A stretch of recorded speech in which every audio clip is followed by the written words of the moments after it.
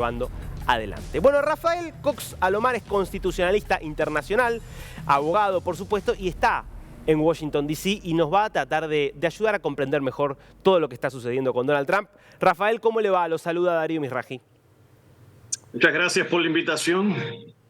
Rafael, primera pregunta. ¿Trump se convierte en el primer presidente o expresidente en ser imputado porque cometió un delito o cierto tipo de delitos que se presume que cometió, que no había cometido ningún otro presidente? ¿O es que también cambiaron los tiempos en los Estados Unidos y por eso es que termina siendo imputado?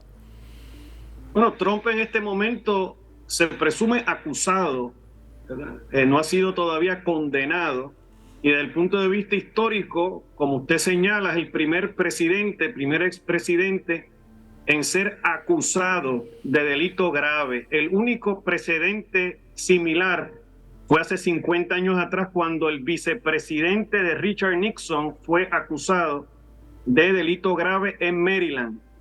Pero un presidente, un expresidente, pues realmente no hay precedente. Y Trump siempre rompe los esquemas. Ha sido el único presidente que ha sido juzgado por el Congreso en 2 ocasiones para su residenciamiento. Así que ha roto todos los esquemas. Ahora, uno diría, ¿es un delito grave este que se le imputa, este pago que realizó a esta mujer o que habría realizado, que en principio hizo su abogado por orden suya? ¿Considera usted que es un delito grave? ¿Hay delitos más graves por los cuales se lo está acusando? Bueno, como usted señaló en su introducción, todavía la acusación, lo que se conoce como el pliego acusatorio, el indictment, está sellado. Eso significa que no sabemos lo que contiene. Hay rumores, muchísimos rumores aquí en Washington, de que el pliego contiene 34 acusaciones que pueden vertir de distintos temas. El asunto con la señorita esta Daniels no es que tuvo una relación íntima con ella. El problema aparenta ser que él obstruyó justicia, conspiró para la falsificación de información, de documentación bancaria, y que, como usted sabe, su abogado Michael Cohen, que actuó bajo la directriz de Trump, ya cumplió cárcel por toda esa serie de delitos, ¿verdad? Entonces, pues eso es lo que está sobre la mesa. Obviamente, la semana que viene vamos a tener todo el pliego acusatorio y vamos a poder analizar con mucho detenimiento, ¿verdad?, exactamente cuál es la teoría de la Fiscalía. Obviamente necesitamos saber bien cuál es la acusación para saber después eventualmente cuáles pueden ser las penas. Ahora, nadie está avisorando la posibilidad de que Trump quede detenido varios días, que sea encerrado en un calabozo, ¿o sí? Bueno, en esta coyuntura la expectativa es que él sea detenido, que él voluntariamente se entregue en Nueva York. Él sería detenido, como usted señaló, se le harían todas las advertencias y se le requerirían las huellas y todo lo que usted señaló, la fotografía, etcétera. Y al mismo tiempo se le lleva a un juez, y ese juez le leería su acusación, y en ese momento él tendría que hacer una alegación de culpabilidad o de no culpabilidad. Obviamente Trump va a negarlo todo, va a hacer una alegación de culpabilidad, y en ese momento entonces comenzaría el proceso de camino a un juicio. Trump no va a estar detenido en una prisión, posiblemente lo envíen a su casa. Él tendrá algunas restricciones, ¿verdad? Como si fuera una especie de libertad bajo palabra. Podrá moverse, podrá, ¿verdad?, conforme a las reglas que establezca el tribunal, pero obviamente es alguien que sería ya en ese momento un imputado, un acusado de delito grave, y tendría que ir a juicio, ¿verdad? Y en un juicio, pues puede darse el caso que pueda salir culpable, ¿no?, y se exponga a una pena de cárcel. Eso lo sabremos más adelante.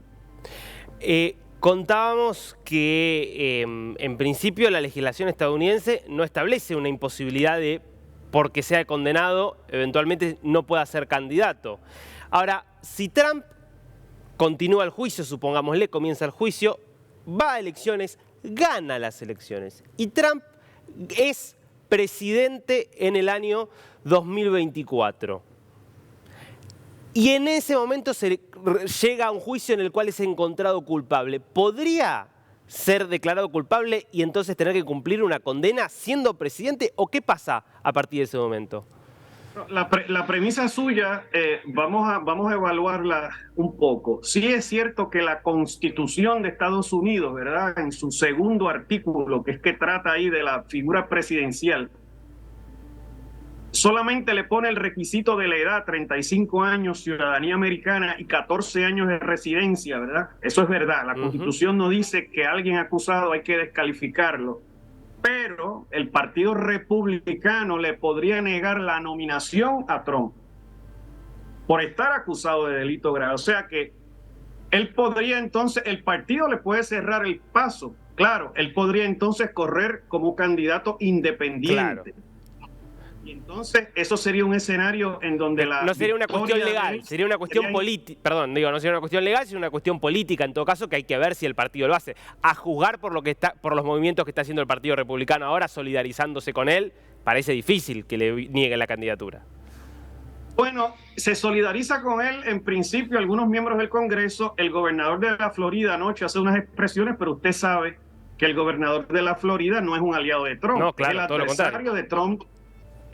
Que no le interesa que Trump salga bien de esta prueba. Así que el escenario para Trump es difícil, es muy cuesta arriba. Yo diría que es altamente improbable que pueda regresar a la Casa Blanca. Bueno, pero para cerrar, concédame la hipótesis, por lo menos el escenario hipotético de que regresa a la Casa Blanca y el juicio continúa. ¿Y ahí qué pasa? ¿Se puede condenar a un presidente en ejercicio?